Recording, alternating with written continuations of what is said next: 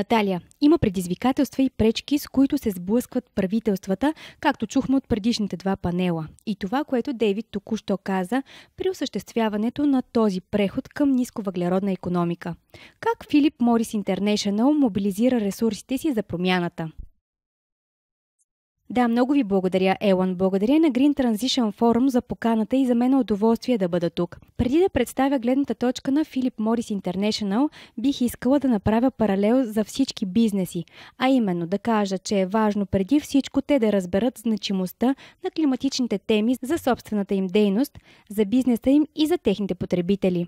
Това е отправна точка. След това идва ред за справянето с тези съществени теми, което в нашия случай означава, че климатът е съществена тема и затова той е част от нашата корпоративна стратегия. Обикновено това се прави чрез няколко посоки на планиране и действия. На първо място това е включването на постигнатото по темата за устойчивото развитие в нашата стратегия за възнаграждение на изпълнителните директори, така че да свържем резултатите с финансите. Това от своя страна създава предпоставки за изпълнение на тези ангажименти от страна на цялата компания. След това е създаването на стратегия, която се основава на науката, така че да определим нашите научно обосновани цели и да се ангажираме с нашия план за преход към нисковъглеродна икономика по публичен и прозрачен начин. След това е важно да сме прозрачни в начина, по който докладваме и отчитаме емисиите на парниковите газове, а също и с резултатите ни в тази сфера. По отношение на нашите директни и индиректни емисии, обхват 1 и 2, сме си поставили много амбициозни цели за постигане на въглеродна неутралност още до края на 2025 година и вече сме в напреднала фаза на изпълнението им. Поздравления! Благодаря ви много! Наистина е радост за мен да мога да говоря по тези въпроси. Постигнахме значителен напредък по отношение на измерването на нашето въздействие. Това също е много важно – да можем да измерваме. Трябва да измерваме. Трябва да разберем за какво става дума и да съобщим това вътре в компанията. Без вътрешните си заинтересовани страни няма да стигнете много далеч. Или може нещата да вървят все по-надолу и по-надолу, или може би с по-бавни темпове. Така че това е наистина от решаващо значение – да предадете информацията вътрешно, а не само навън.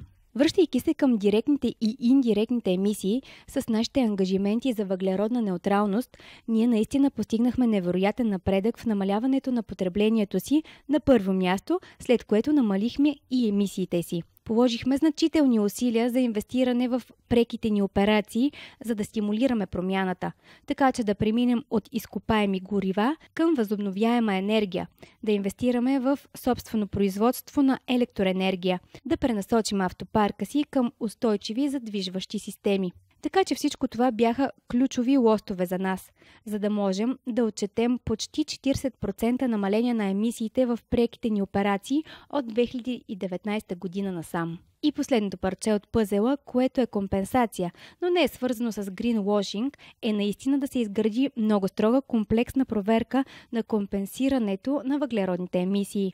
Имаме стабилна програма и сме горди, че се ангажираме с външни експерти в областта, за да инвестираме в висококачествени въглеродни кредити, но също така от миналата година инвестираме в наши собствени проекти за установяване на ценообразуването на въглеродните емисии, така че да генерираме въглеродни кредити в нашата верига на стойността, които след това ще подкрепят дългосрочните ни ангажименти. След това лепилото, което ни държи заедно по отношение на обхват 3.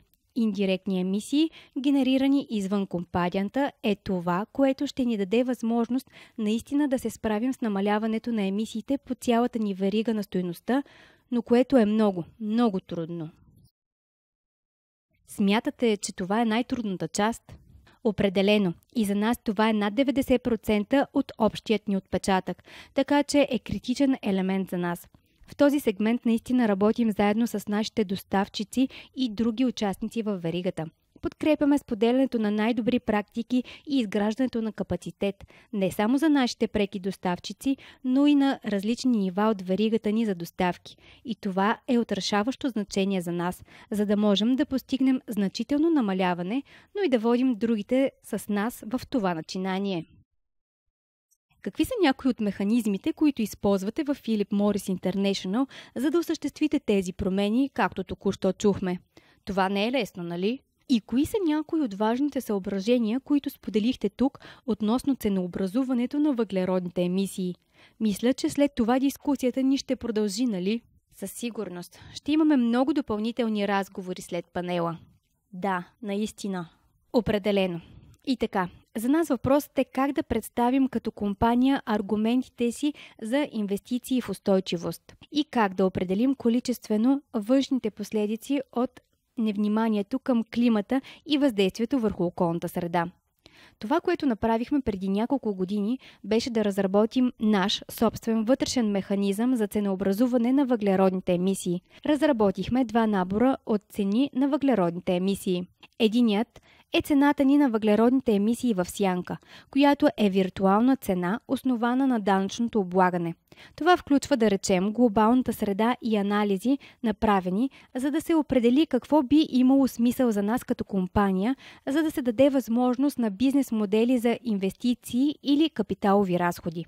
И това ни помогна да инвестираме в значителни проекти, които след това наистина подпомагат нашата декарбонизация и нашите преки операции. Това беше от решаващо значение. Вторият е таксата ни за въглеродни емисии, която по същество представлява определяне на разходи за изискванията за компенсация. Така че това е за определяне на размера на бюджетите, които ще са ни необходими на годишна база, за да можем да компенсираме останалите емисии. Това ни позволява да определим количествено какво означава това. Какво означава да бъдем въглеродно неутрални. Какво означава емисиите действително да се намалят. Защото, нека си признаем, че технологиите все още не са на сравнима цена, когато разглеждаме устойчивите и чистите технологии. Така че, ако искаме да направим бизнес обосновка, трябва да използваме и външните фактори. И така, външните фактори в този случай ще бъдат неблагоприятни фактори, идващи от публичния сектор. Така че данъчното облагане е ясен и много прост подход. Виждаме, че средата бързо се променя. Виждаме го, например, в Европа с прилагането на списък с материали, удовлетворяващи поръчителя. Нещата ще се случат много бързо и много скоро и това ще струва скъпо на частния сектор или на всеки, който внася стоки в Европа. Така че има импулс, който ще доведе до тези промени. Сега въпросът за групата и за аудиторията днес е и как да направим така, че да се развие среда, в която достъпът до тези технологии, изследванията и внедряването на такива иновации да станат норма, а не просто еднократни или наистина с много усилия зад гърба. Това в действителност е промяната, от която се нуждаем. И бих искала да подчертая факта, че частният сектор е ключово заинтересована страна по този път. Така че не го пренебрегвайте, моля. Ние сме готови да инвестираме. Нетърпеливи сме съвместно да потърсим възможности. И това наистина отваря очите на всички. На масата. И така, ако компаниите като цяло искат да бъдат устойчиви, в крайна сметка колко от начините, по които правим бизнес, трябва да се променят? Ще трябва да ви попитам и за аспекта на обучението. Както знаете, той ми е много на сърце. Как осъществявате тази промяна? Лесен въпрос, нали? Смятам, че компаниите ще трябва сериозно да се замислят какво трябва да променят и какво означава за тях да се променят. За Philip Morris International това започна преди повече от 10 години с трансформация на нашия бизнес и с целта да избавим света от цигарите. Така преминаваме към бъдеще без тютюнев дим. Това беше съпроводено с редица предизвикателства, но ние се изправихме пред тях. И не на последно място, как да го направим по устойчив начин. Така че отново ще се върна към въпроса, че е важно да разберете какъв е вашият контекст, какво търсят вашите потребители и инвеститори. Какви са вашите потребители? Потребителите ви искат това, както и инвеститорите ви, нали? Точно така. Така че е ясно, че ги водим по пътя заедно с нас. Да изясним какво означават бездимните продукти, продуктите с намален риск, да разберем регулаторната среда около тези нови категории и да дадем възможност за провеждане на тези дискусии и да отворим вратите за това. Това беше от решаващо значение за нас. Разбирането на съществеността на самата устойчивост за частния сектор, обосноваването и привличането на хората към това. И така, стигаме до последния ви въпрос, а именно как да ги привлечете със себе си. Точно така. На първо място, отново става дума за прозрачност. Да говорим за това открито. И това започва от основите. Обсъждахме го преди това, нали? ESG – екологично, социално и корпоративно управление. Това може да се случи. Трябва да го преведем на толкова много различни заинтересовани страни. Това би могло да означава толкова много различни неща. Да, за да стане лесно смилаемо. Трябва да бъде лесно смилаемо. Но нека не забравяме и това, че ако сте представител на частния сектор, трябва да имате предвид и веригата на стойността, ключовите ви партньори в различните потоци. И да не губите печалба по пътя, нали? Точно така. Затова полагаме значителни усилия за ангажиране на веригите за доставки. Определихме ясни посоки, които те да следват и ги включихме в нашите договорени споразумения. Определили сме начина, по който искаме да управляваме техните собствени научно обосновани целеви ангажименти. Така че наистина да ги водим заедно с нас по този път. Това е чудесно. Ръка за ръка. От миналата година прилагаме програма, която има за цел да сподели наученото и най-добрите практики, които сме приложили в Philip Morris International. Така че наистина се гордеем с това. Нашият акселератор за устойчивостта, както го наричаме. И той наистина има за цел да ускори този преход и тази промяна, от която се нуждаем.